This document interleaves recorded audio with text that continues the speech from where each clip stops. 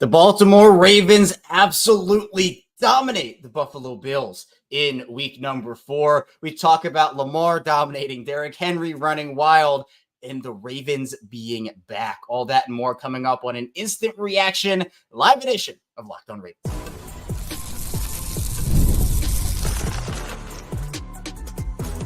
You are Locked On Ravens, your daily Baltimore Ravens podcast.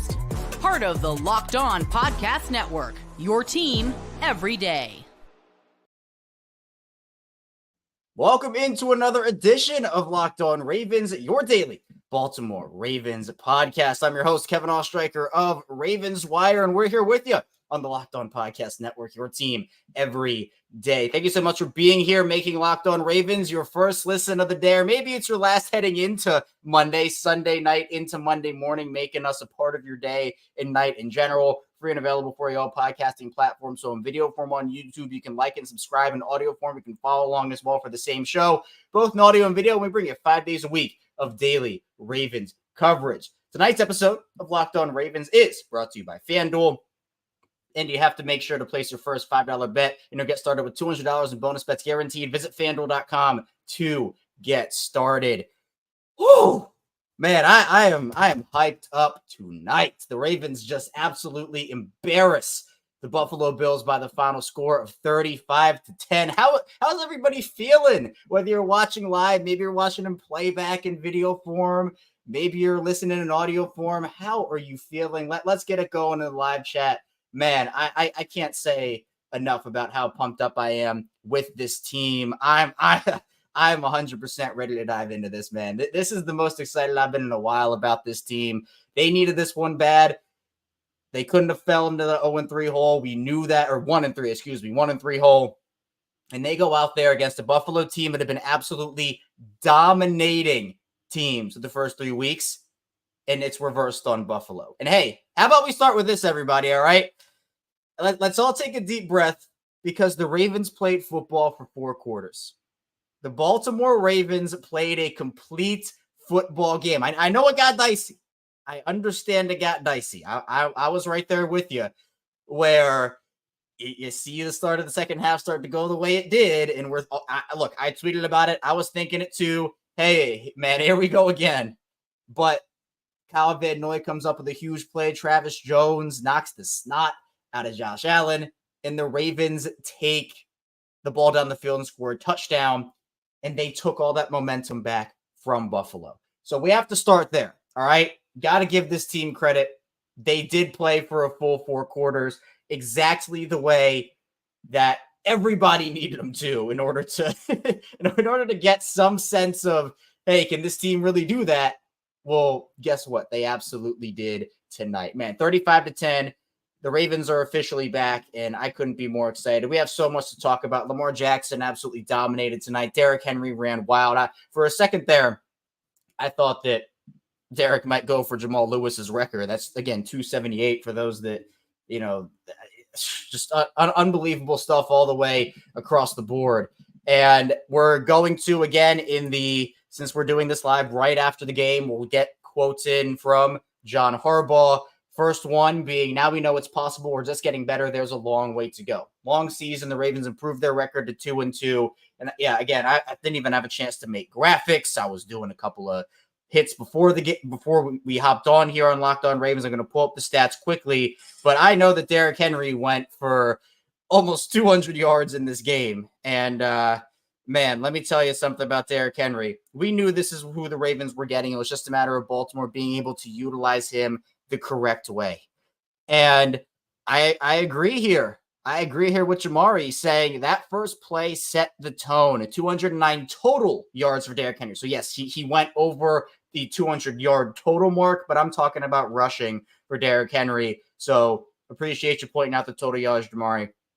But overall, Derrick Henry just 1 yard short. Just 1 yard short. Yeah. John, the fumble, that play ended up, he would have probably walked into the end zone there if he had just been able to hold on to the ball, but that ball was kind of coming loose, and that's what ended up happening there.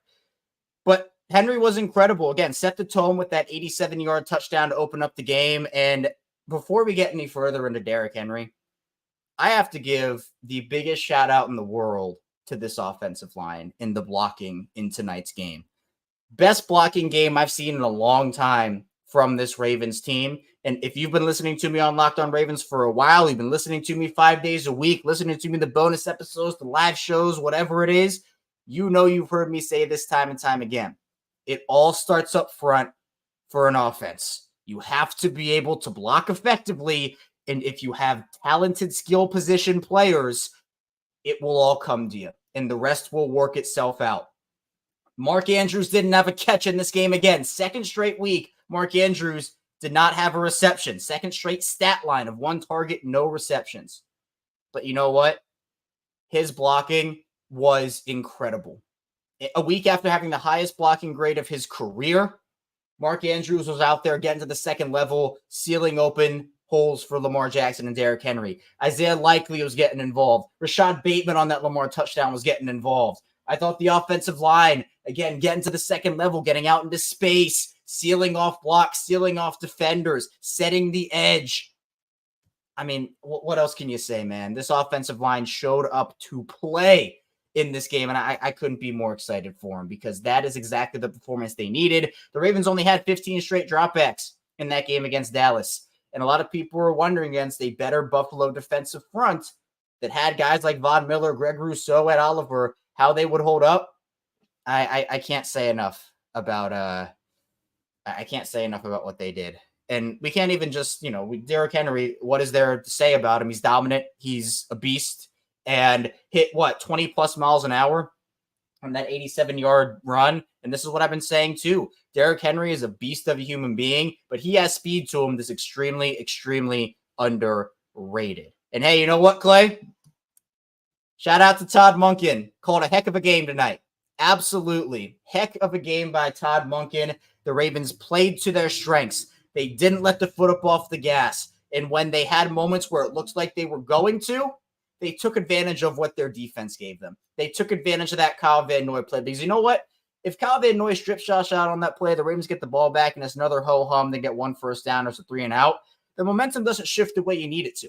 But you know what? The defense gave the momentum back to the Ravens, and the Ravens offense made sure that it never got away again. Never got away again. So shout out to Todd Monken for what he was able to do, Clay. 100% agree with you on that. But Derrick Henry, we know who Derrick Henry is. You know who else we know and who a lot of national NFL fans and national football fans are starting to get to know? Justice Hill. Justice Hill. 2 year, $6 million extension. $3 million per season for Justice Hill. Signed what? A week ago? 2 weeks ago? Whatever that was. One of the MVPs of this game for me. Just making something out of nothing. The acceleration, the burst, the speed. It's all there for him. And I love what Justice Hill can bring to the table. I'll admit, early in Justice Hill's career, I didn't necessarily know if there was a spot for him on the roster, especially in that 2021 season where we didn't really know what was going on with Justice Hill. And while the stat line won't necessarily say, oh, Justice Hill dominated, right? Box score stats, 4 for 18 on the ground. But guess what? He was the Ravens' leading receiver tonight by the widest margin you could imagine for a running back. 6 receptions, 78 yards, and that touchdown on that beautiful play call, pass, and catch from the 3 of Todd Monken, Lamar Jackson, and Justice Hill. Man, I cannot say enough about how Justice Hill performed in this game. He is the perfect complement to Derrick Henry. And when Keaton Mitchell comes back, will be the perfect complement to those two guys. He is right in the middle of Derrick Henry and Keaton Mitchell. And I've seen it a couple times in the chat. Man, Justice Hill did his thing tonight, and Derrick Henry did too. The Bills had a whole heck of a lot of trouble with those Baltimore running backs. But let's talk about Lamar Jackson. Lamar didn't have to put on his Superman cape tonight, but he certainly made a couple of Superman plays. And I thought Lamar, with what he was given and what he had to do, did a really good job. 13 of 18 for 156 yards and 2 touchdowns. Lamar Jackson, 6 for 54 and a touchdown on the ground as well. So 3 total touchdowns for Lamar. Now, I want to scream this from the rooftops, and I want whoever is listening. I know we got a bunch of Ravens fans in here, and I'm sure a lot of everybody listening knows this. But You look at Lamar's box score stats, and sometimes the passing yards won't wow you, right? 156, 18 attempts. People who don't watch the game and look at the box score will say, oh, Lamar struggled and it was all Derrick Henry and da-da-da. But here's how good Lamar Jackson is. And here's how good this Ravens team can be when they are cohesive as a unit. A lot of quarterbacks do need their quarterback to put on that Superman cape 10 times out of 10. And Lamar has certainly done it more often than a lot of others for this Ravens team. Lamar has put that cape on and he's done his thing. But sometimes when he doesn't have to, this Ravens team and Lamar Jackson are so good that Lamar can go 13 of 18 for 156 yards and the Ravens can win by 30 like they did tonight. And you look at the box score and you say, oh, only 156 passing yards? Well, it's called the eye test. And we know with this eye test, this entire thing with Lamar and who he is as a player, he commands so much attention, so much gravity. There were multiple plays early in the game, especially after Derrick Henry had that 87-yard touchdown run, where the Bills couldn't decide who to commit to. They couldn't commit to Derrick Henry at full because they knew Lamar Jackson was there, but they had to commit to Derrick Henry because he just gashed him. And the Ravens ran play action off of that, and they were so worried about the threat of Derrick Henry and in the run that, they're throwing the ball now. And they just dotted the ball up and they just did what they were supposed to do. Rashod Bateman came up with a huge catch, likely came up with a huge catch. But again, this team doesn't need Lamar to throw for 400 passing yards a game.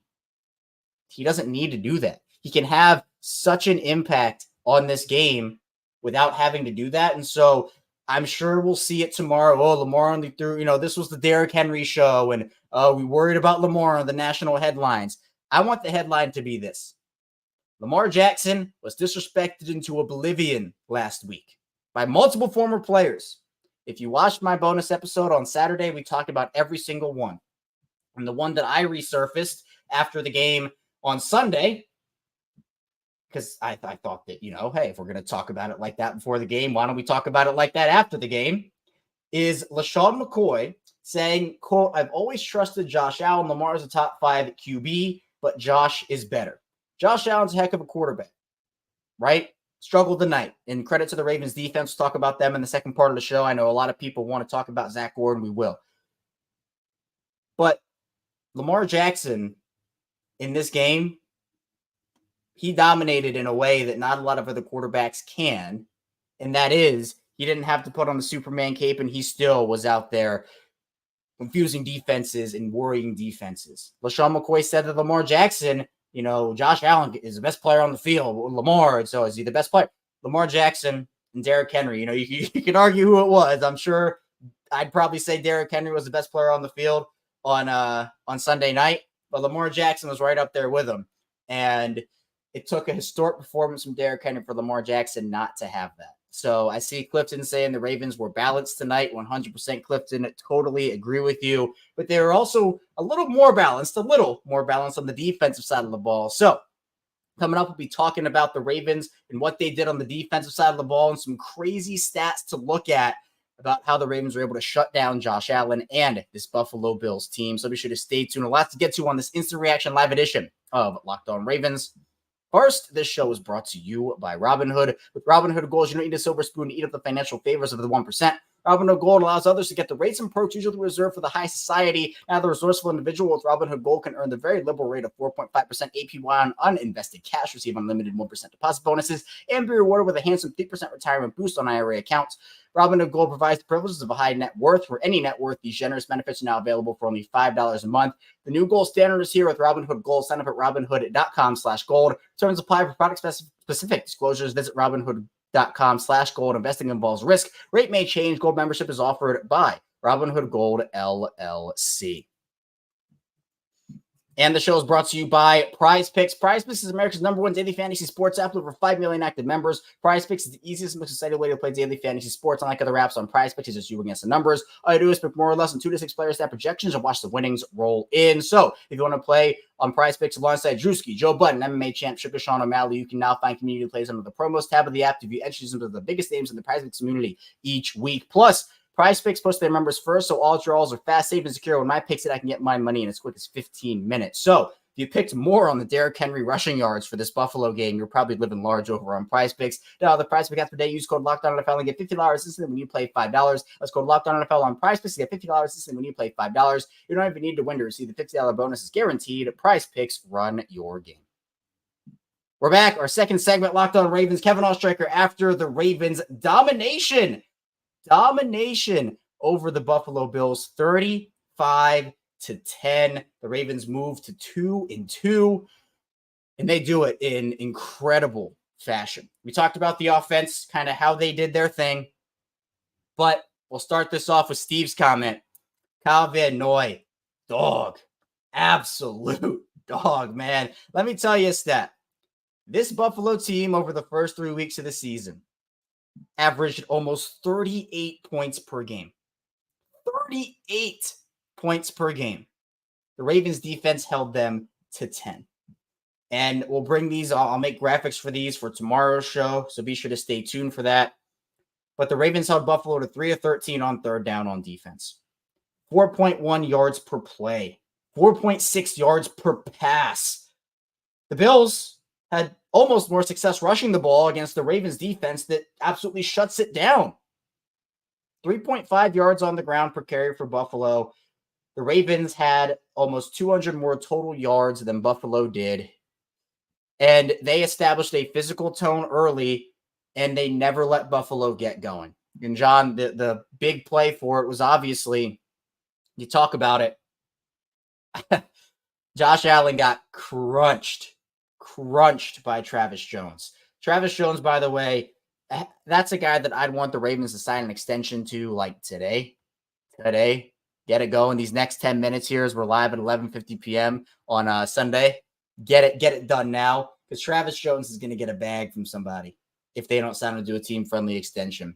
So, man, those two combined, Kyle Van Noy and Travis Jones on that amazing play that, again, gave the Ravens the momentum back in this one. You want to talk about defensively, Kyle Hamilton led this team in tackles with 7, but it was a joint effort. Marlon had 6, very boneheaded penalty by Marlon on that unnecessary roughness or personal foul, whatever it was. And again, no harm, no foul because the Ravens scored, I guess. But again, you just can't do that if you're Marlon. Roquan had 6 tackles. Trent Simpson had 5. But it's just guys stepping up in these moments continuously. And you need to have that from a defense that's kind of going through a little bit of change, getting a little bit younger. You have to have younger players step up. But hey, Kieran, I'm with you, man. Odafe Owe, he's been dominant. He's been super physical. He's winning hard. And that's what this Ravens team does. There will be plays where they don't get to the quarterback and they'll struggle with pressure, especially without blitzing. But when these guys, and we talked about this last year, when this Ravens team wins at the line against offensive linemen, they win in like a second or a second and a half, 2 seconds max. It is disgusting how fast these guys win their reps when they win. Nnamdi Madubuike showed that last year. Owe showed it. Van Noy's been showing it all season. Well, we're just seeing that domination. That play where Owe essentially rejected that Josh Allen stiff arm, I loved that. Because how many times have we seen Josh Allen go and stiff arm somebody and get the better of them and he extends the play and he does all that? Owe said no. Owe said no way. Owe, no way. That's what we saw from Odafe Owe tonight. Hey, goody. Nate Wiggins, had a couple of great pass breakups, but he's not going to hear the end of it because he dropped 2 picks.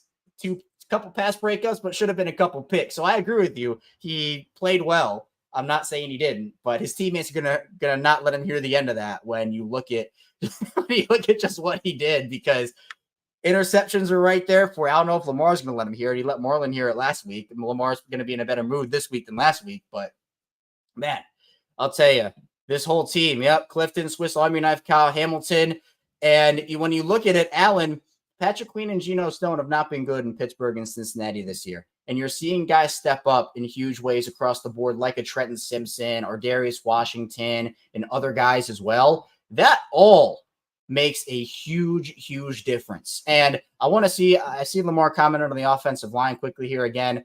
Lamar Jackson said Todd Monken he liked what Coach did tonight. He was keeping the defense honest. Yeah, that's what I was saying here, guys. Kyle Hamilton commented on Nate Wiggins and said, Nate dropped some money today. 2 potential interceptions for just Nate Wiggins down the drain. Down the drain. But they're having guys step up left and right on the defensive side of the ball, and I've been very impressed. I know that it hasn't been all sunshine and rainbows. I know we can look at the passing yards and everything of how the secondary has sometimes struggled, and I'm not giving them a pass for that. But depending on game flow, depending on game script, they, for the most part, in this game, there was no let up. Outside of that little stretch at the beginning of the second half, there was no let up. So you see guys like Ardarius come in and play well. Travis Jones having a monster year. Trenton Simpson playing his role really well. Van Noy has did they count him for 2 sacks? Yeah, so he has 6 sacks on the year, if I'm not mistaken. 2 each in the last 3 games. Man, I can't say enough about this group because I know there were some questions. And you want to know my favorite play of the game from this defense? It might be one that you're not expecting for me to say. David Ojabo. David Ojabo had my favorite defensive play of this game. I'm moving 1,000 miles. I can't even remember what down it was. I think it was 3rd down. But whatever down it was doesn't take away from the play it was. Josh Allen does an option with James Cook. Ojabo takes away the run lane for James Cook and forces Josh Allen to keep the ball. He takes away Josh Allen's rushing lane to roll out to the right. And then Allen has to throw up a prayer, and it's nothing doing. Those are the types of plays you need young players to make on a defense like this that is still going through some growing pains and some learning curves. And we always expected that with Zach Orr, but I give all the credit in the world, man, to Zach Orr. And you know what? I said this last week when the whole Dallas thing happened. But if Zach Orr's the way I'm going to say this is confusing. I'll explain it. If Zach Orr's Mike McDonald Dolphins game was last week and it was a win, and now he takes off for the rest of his Ravens defensive coordinator tenure, man, hey, man, at least it wasn't a win. It's what I'll say. Because we remember Mike McDonald had struggled early. Is the first time play caller there in Baltimore. That week 2 Miami game, we don't talk about it. But you see him then dominate from there on out, essentially.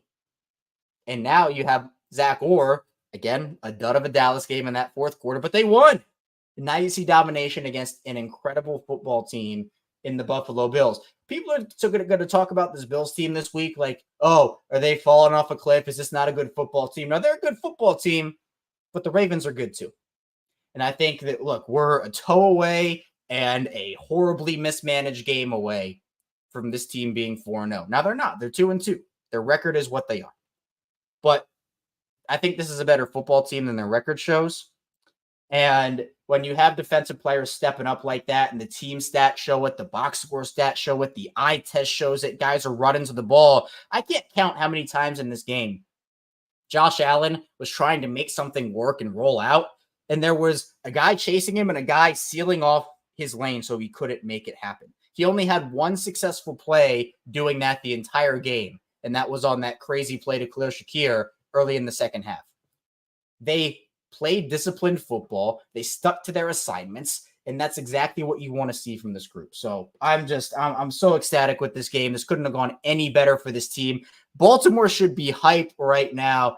And again, for that week 2 Raiders loss, that was one of the more passionate episodes I've ever had. I think this is one of the more hyped up episodes I've ever had because I can't get over what this team did tonight. And I'm so glad they put it on national display for everybody to see. Coming up, though, in the final part of the show, still a lot to dive into. We'll talk about the Ravens being back. We'll get to some of your comments in the chat as well. I know Mark Andrews is a hot topic of conversation, so talk about him and a lot more coming up next on this Instant Reaction Live edition of Locked On Ravens. First, this show is brought to you by FanDuel. Hey, NFL fans, you can start the season with a bigger turn on FanDuel, America's #1 sportsbook. So when you get a hunch in the middle of a game, you can check out the latest stats, do live play-by-play, and so much more on the same page where you place your bets. You can start out with $200 in bonus bets guaranteed where you place your first $5 bet. So for that Ravens and Bills game, if you picked Derrick Henry over on the rushing yards or 2+ TDs, you're living large with Derrick Henry there, or Lamar Jackson, multiple TDs. I mean, Lamar Jackson, he did his thing in this game as well. So a lot of good going on for this Ravens team. Just visit FanDuel.com. That's FanDuel.com.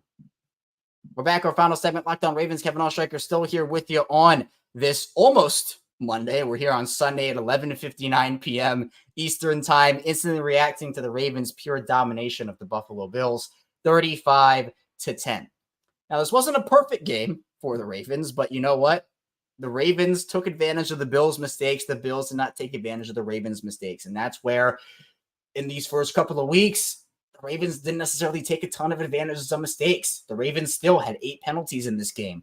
That's still pretty not great. But you know what? They got the job done anyway, and that's the big important part. For those who are new to the channel, we cover the Ravens, 5 days per week on this channel. But we also have a lot more bonus content like pregame episodes on game day now. We do these instant reaction live shows after every single Ravens game and after every single Ravens piece of big news. So be sure to like and subscribe in video form and in audio form for all of your Ravens coverage needs daily. We're a year-round podcast, so we do 5 days a week, even when it's the most dead period of the offseason. We're still there 5 days a week. But these are the exciting shows. These are the exciting episodes. And Clifton, appreciate you, man. Kev, your coverage is clean. I try. I really do. And again, we're only growing here on Locked On Ravens. Just at 8,000 subscribers a couple of weeks ago, and we're already growing and far on the track to 9. So really appreciate everybody, both video and audio as well. And Clay, we jumped up over 250 on the stream at one point. Go Ravens, like the stream. Appreciate you, Clay. Really appreciate it. Alan liking, Laura with the support, everybody. I mean, it means the world to me to see all the support here. And you know what? It also means the world to me to see this Ravens team play 4 quarters of football. But I've seen a couple of comments about the hot topics of the night outside of the Ravens domination, and we can talk about those. Happy Monday, by the way, as we hit 12 a.m. All right, now it's 12:01 on September 30th, Monday. So almost the end of September. We're a month into the season now, which is crazy.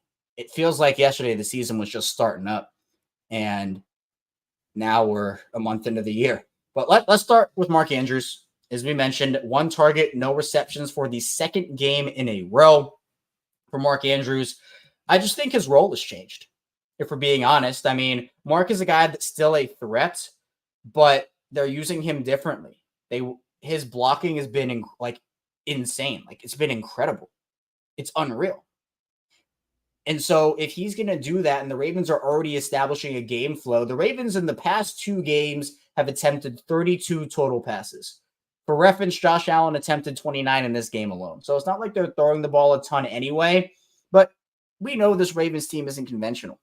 We know this team sometimes has a running back as their leading receiver, sometimes goes really heavy on the offensive line, sometimes does weird rotations, sometimes, has weird personnel choices. This Ravens team is one of the furthest teams from conventional I've ever seen. But when he can go, and I see Allen comparing him to George Kittle on the blocking, which is a huge compliment, by the way. When he does that, and he can play that role effectively, it's kind of like what I talked about with Lamar.